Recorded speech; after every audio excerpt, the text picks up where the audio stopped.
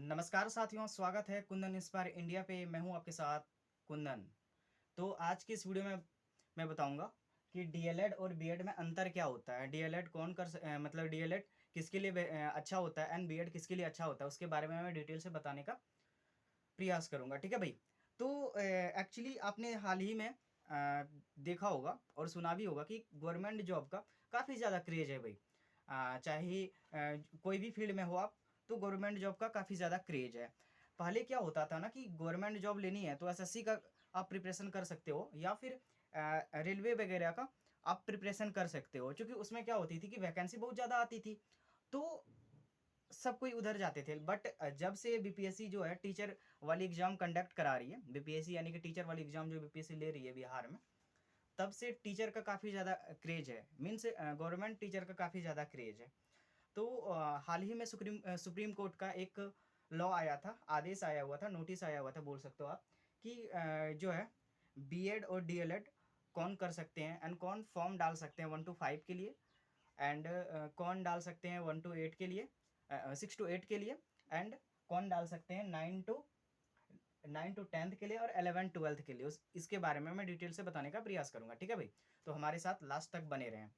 तो सबसे पहले जानने का प्रयास करते हैं हम कि ये वाली जो है ना भाई, डीएलएड वाली जो कोर्स है, कब कर सकते हो आप। ठीक है।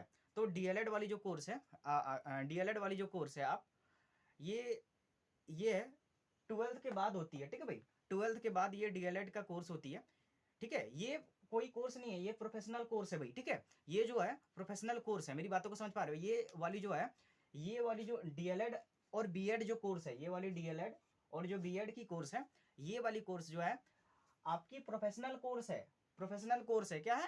प्रोफेशनल कोर्स है। मेरी बातों को समझ पा रहे हो तो वीडियो को थम्स अप कर दीजिएगा। ठीक है भाई।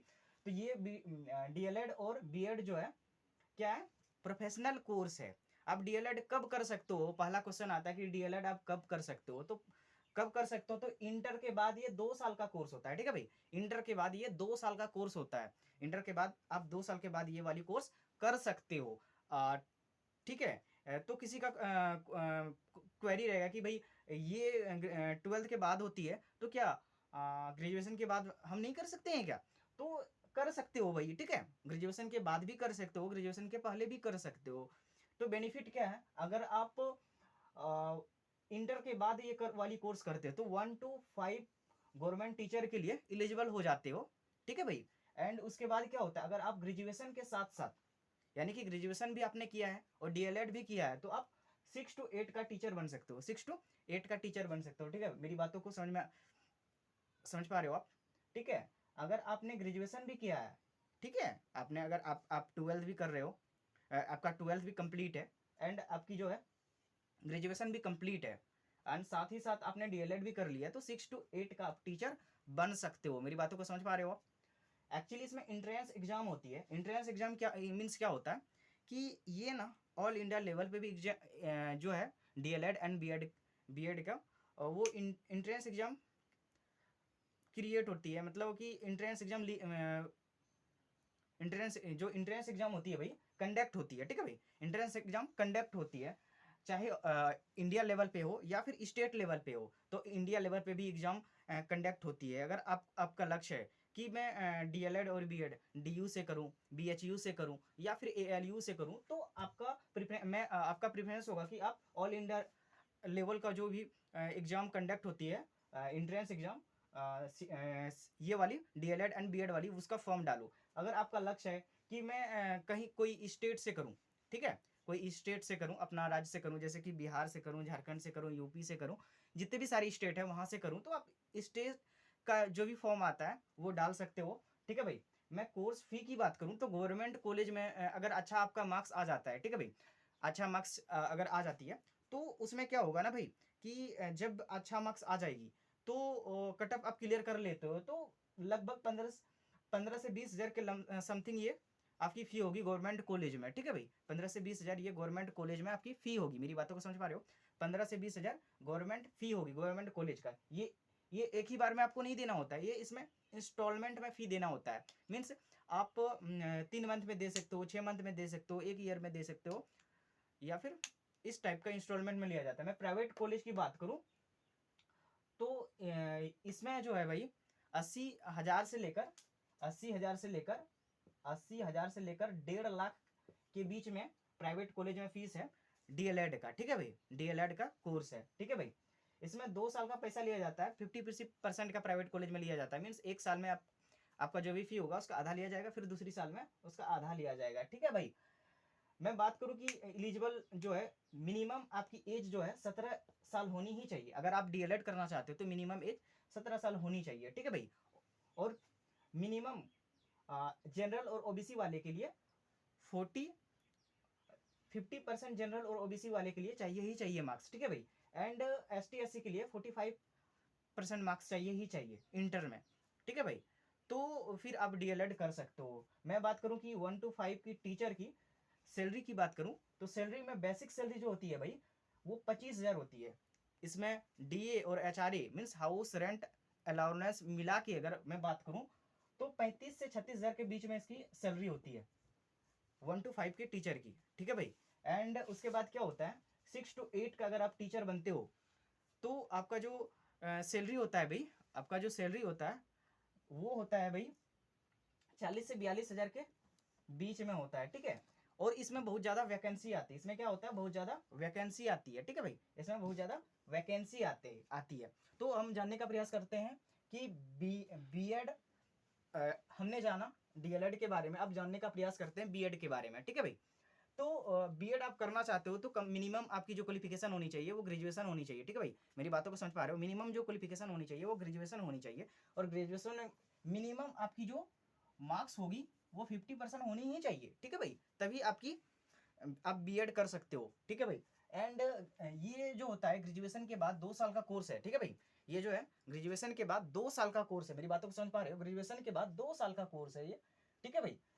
अगर आप बीएड कर लेते हो, ठीक है भाई, मेरी बातों को समझ पा रहे हो, अगर आप बीएड कर लेते हो तो आप 6 to 10 का गवर्नमेंट टीचर बन सकते हो, ठीक है भाई, मेरी बातों को समझ पा रहे हो।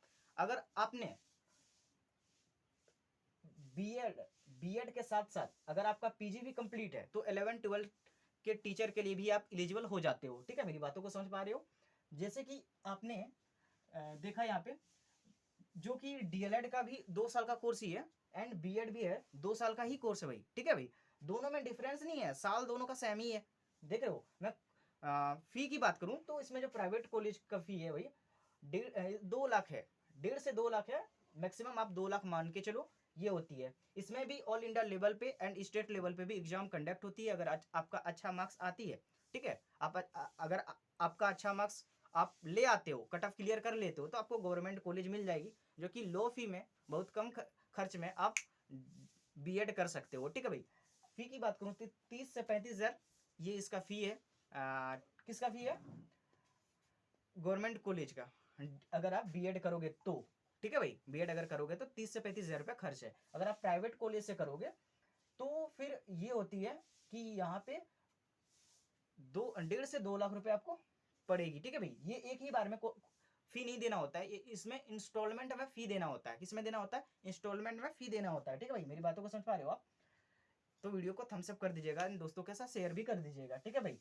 तो उसके बाद क्या होता है, आपने एंड में बात करूं कि 6 to 8 की टीचर की जो गवर्नमेंट टीचर की सैलरी है तो 40 से 42,000 के बीच में उसकी सैलरी होती है भाई, ठीक है, 40 से 42,000 के बीच में उसकी सैलरी होती है।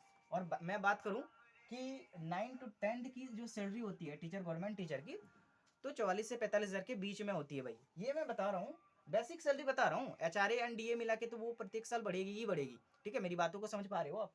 एंड 11-12 का अगर आप टीचर बनते हो तो 46 से 48,000 के बीच में मिलेगी आपको, ठीक है भाई, मेरी बातों को समझ पा रहे हो, इतना ज़्यादा सैलरी होती है। तो अगर आपका सपना है कि आप टीचर बने तो बन सकते हो। सबसे पहले आपको डीएलएड या बीएड करना होगा। उसके बाद क्या होता है, एग्जाम होता है सीटेट का या तो स्टेट टेट का, आपको एग्जाम क्वालिफाई करना होगा, उसके लिए एलिजिबल होना पड़ेगा, कट ऑफ क्लियर करना होगा। उसके बाद जो भी बीपीएससी एग्जाम कंडक्ट कराती है, अभी अदर स्टेट में भी केवीएस वगैरह भी ऑल इंडिया लेवल पे भी एग्जाम कंडक्ट कराती है, तो वो एग्जाम आप दोगे और फिर टीचर बन जाओगे, ठीक है।